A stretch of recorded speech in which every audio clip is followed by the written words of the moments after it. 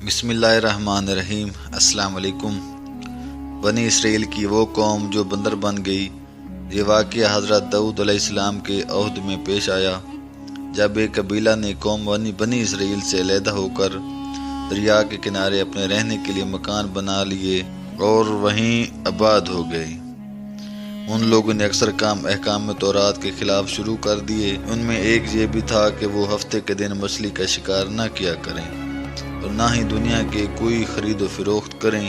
ان لوگوں نے کوئی پرواہ نہ کی اور اپنی من مرضی سے کام لینے لگے۔ جب اس قوم نے اللہ تعالیٰ کی نافرمانی شروع کی تو پھر ان کی آزمائش کے واسطے اللہ تعالیٰ نے دریا کی مچھلیوں کو حکم دیا کہ ہفتے کے دن دریا سے نکل کر ساحل پر آ کر اپنے کھیل کود میں مشغول رہیں اور باقی دنوں میں دریا میں جا رہیں۔ بس اللہ تعالیٰ کے حکم سے مچھلیاں ہفتے کے دن دریا سے نکل کر کنارے پر آ کر پھرتی رہتی اور ہفتے کے علاوہ دوسرے دنوں میں دریا کے اندر چلی جاتی۔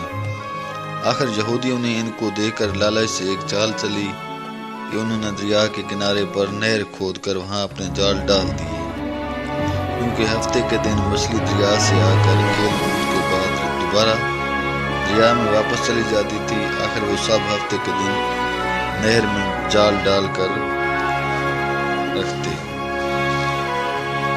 صبح اٹھ کر اتوار والے دن مچھلی کو اپنی ضرورت اور آرزو کے مطابق پکڑ کر کھا لیتے۔ اپنے بڑی دانشمندی سے کام لے کر اللہ کو چمکا دینا چاہ رہے تھے، لیکن اللہ تو ان کی تدبیروں سے خوب آگاہ تھا کہ وہ جیسا کر رہے تھے وہ اپنے لیے عذاب الہی کو دعوت دے رہے تھے۔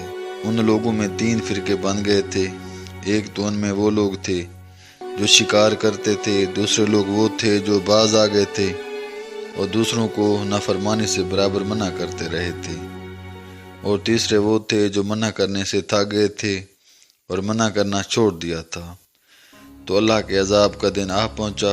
ایک دن صبح کو اٹھے تو دوسروں کی آواز نہ سنی تو دیوار پر چڑھ کر دیکھا کہ ہر گھر میں بندر ہی بندر نظر آ رہے ہیں، اور ان کی کیفیت یہ تھی کہ وہ آدمی کو پہچان کر اپنی قرابت والوں کے پاؤں پر اپنا سر رکھتے اور پاؤں چاٹنے لگتے۔ بالآخر وہ اپنے برے حال سے 3 دن میں سب کے سب مر گئے۔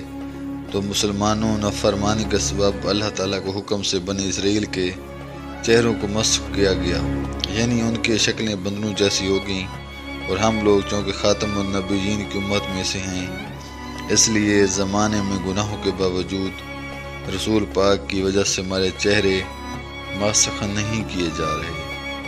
لیکن یاد رہے کہ قیامت کے دن اس نافرمانی کی سزا ذلت سے کم نہ ہوگی۔ بس